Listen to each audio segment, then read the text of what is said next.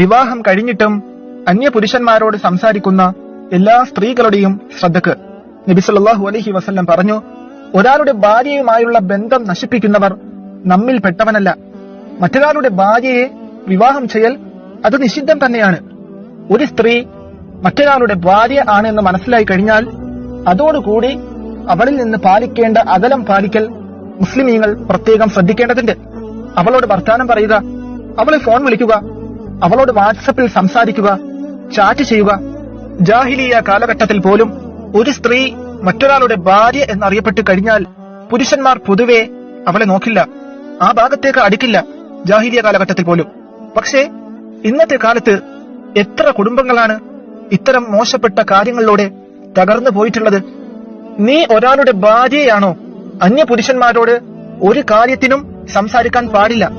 അത് സ്വന്തം cousin brother ആയാൽ പോലും.